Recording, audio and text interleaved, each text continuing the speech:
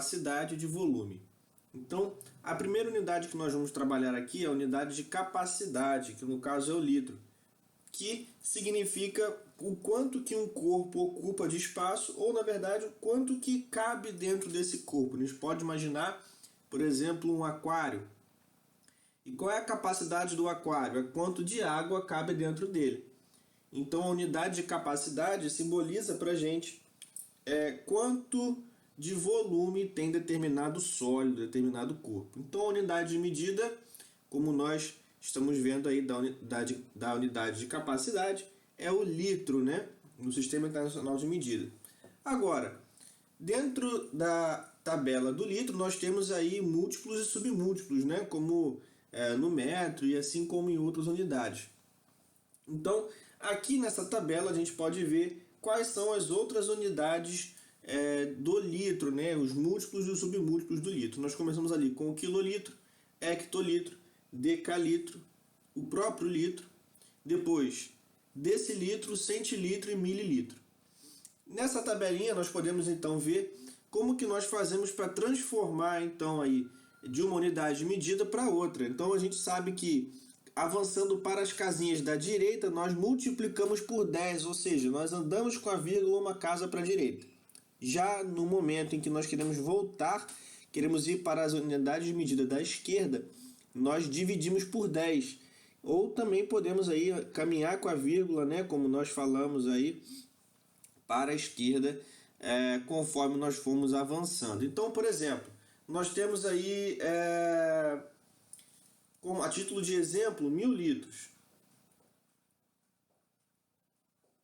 E eu quero transformar em quilolitros. Então, do litro para o quilolitro, nós voltamos 3 casas.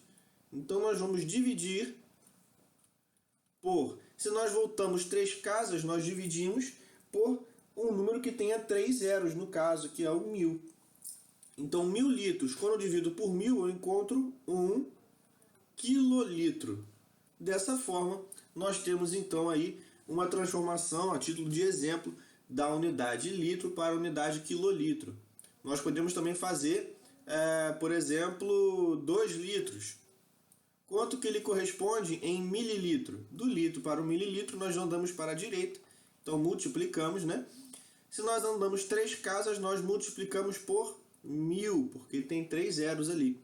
Eu não preciso fazer casa por casa, eu posso ir direto para a casa que eu quero, multiplicando por um valor que tenha correspondência em zeros. Então, 2 litros para virar mililitro, eu multiplico por 1000. Então, nós teremos aí 2000 mililitros, tá? Isso aqui é um exemplo, então, das transformações nas unidades de capacidade. Então, dando continuidade aqui, nós também temos o volume de um paralelepípedo, né? Que é uma figura geométrica que nós estamos vendo aí no quadro. Então, basicamente, o volume é a medida do espaço ocupado por um corpo, como eu falei para vocês.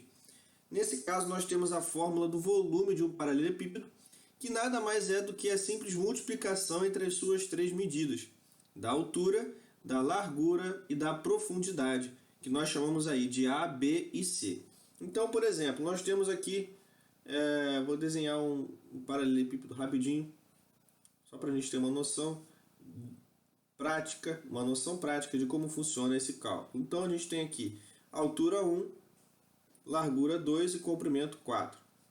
Então, qual vai ser, vamos dizer aqui, M de metro, né?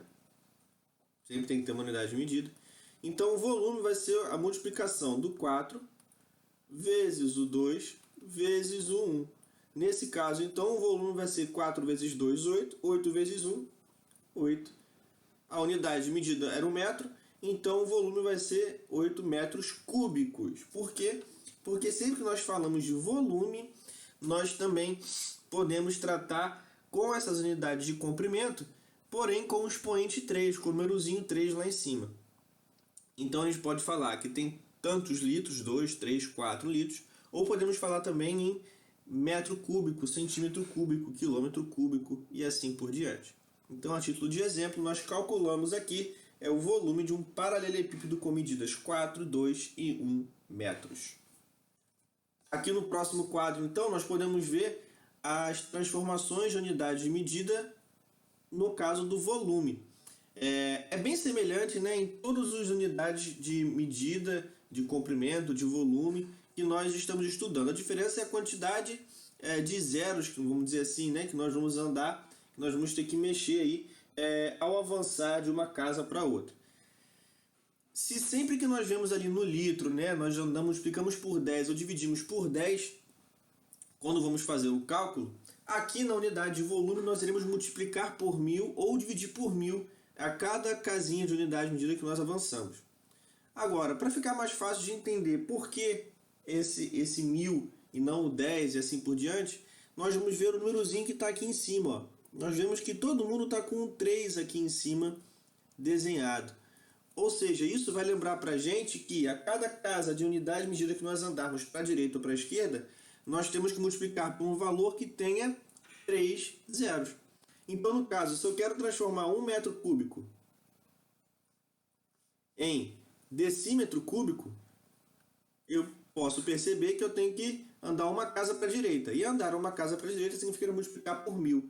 Então, 1 metro cúbico corresponde a 1000 decímetros cúbicos. Agora, caso eu queira avançar, por exemplo, do decímetro cúbico para o milímetro cúbico, então nós temos aqui 2 decímetros cúbicos para serem transformados em milímetros cúbicos, nós andamos 2 casas. E se andamos 2 casas, nós vamos ter que multiplicar por o quê? Se cada casinha avança 3 zeros, 2 casinhas vão avançar 6 zeros. Portanto, 2 decímetros cúbicos para serem transformados em milímetro cúbico, nós permanecemos com 2 e juntamos 6 zeros a ele. Portanto, corresponde a 2 milhões de milímetros cúbicos. Então, para conseguirmos resolver esse tipo de situação, basta que nós lembremos aí que a cada casa que nós avançamos, nós multiplicamos ou dividimos por 1000. Correspondendo agora para a unidade de massa, né, que no caso no Sistema Internacional é conhecido como grama, nós temos aqui o cálculo com as unidades de medida que nós conhecemos aí no nosso cotidiano, quilograma, grama, miligrama e assim por diante. Assim como as outras unidades de medida que nós vimos, né, o litro anteriormente, nós percebemos aí então que para transformar as unidades de medida basta multiplicar ou dividir por 10, dependendo aí do que você queira fazer. Caso você queira ir para as unidades menores, você vai sempre multiplicar por 10 a cada unidade que você avança. Caso você queira aumentar a sua unidade de medida e ir para a esquerda na nossa tabela, você vai dividindo por 10 a cada casinha que você avança. Agora nós chegamos aqui numa situação diferente, que são as unidades de tempo, né?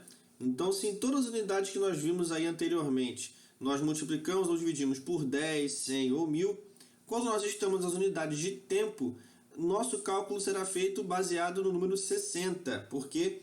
Porque as unidades de tempo são no sistema sexagesimal, ou seja, um sistema baseado no número 60. Então, quando eu quero transformar de hora para minuto, eu vou multiplicar por 60.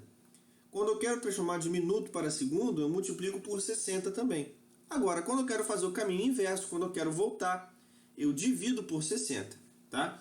Então, por exemplo, 2 horas correspondem a quantos minutos? Para descobrir isso, basta que a gente multiplique o valor em horas por 60 para alcançar o valor em minutos. Então, 2 vezes 60, nós vamos encontrar 120 minutos. Ok? Agora, por exemplo, 180 segundos que eu quero transformar em minutos. Eu quero voltar do segundo para o minuto. Se eu estou voltando, eu divido por 60. Então, 180 segundos dividido por 60, nós teremos, então, 3 minutos. Então, quando nós falamos de tempo, unidades de medida de tempo, nós iremos fazer os nossos cálculos baseados no número 60. Ok? E, por fim, aqui, a título de conhecimento, nós temos as unidades de temperatura. Nós conhecemos, né, nós temos aí 3 unidades diferentes de temperatura. No caso, a Fahrenheit, Celsius e Kelvin. Por incrível que pareça, o Sistema Internacional de Medidas usa a unidade Kelvin, né? Só que esse valor é mais restrito para os laboratórios de química, para os cientistas. No nosso dia a dia, nós costumamos usar aqui no Brasil a unidade Celsius, ok? A maioria dos países ao redor do mundo utiliza essa unidade Celsius para falar de temperatura. Então nós falamos aí no dia está 40 graus Celsius de temperatura. Alguns países no mundo usam a unidade Fahrenheit, mas a maioria dos países usam a Celsius. Então nós vemos aí os valores correspondentes nas 3 unidades de medida. Nós sabemos que a água ferve a 100 graus Celsius, só que esse valor de 100 graus corresponde a 212 graus Fahrenheit ou 373 Kelvin. Nós sabemos que a água congela a 0 graus Celsius. E sabemos então também aí que 0 graus Celsius corresponde a 32 graus Fahrenheit e corresponde também a 273 Kelvin. Nós temos também ali o valor de zero absoluto, que seria a menor temperatura possível para ser atingida naturalmente pelos corpos, que é de 273 graus Celsius, que corresponde a menos 459 graus Fahrenheit, que é a mesma coisa que 0 Kelvin. Então nós vemos aí que a unidade padrão é o Kelvin, mas a unidade que nós usamos no nosso dia a dia é a unidade chamada Celsius, ok? Então fica aí apresentado a título de conhecimento as unidades de temperatura também. Nós então encerramos aqui a nossa aula que falava sobre unidades de comprimento, unidades de medida, né, de volume, capacidade. Eu espero que tenham entendido, que tenham gostado. Um abraço e até a próxima. Tchau, tchau.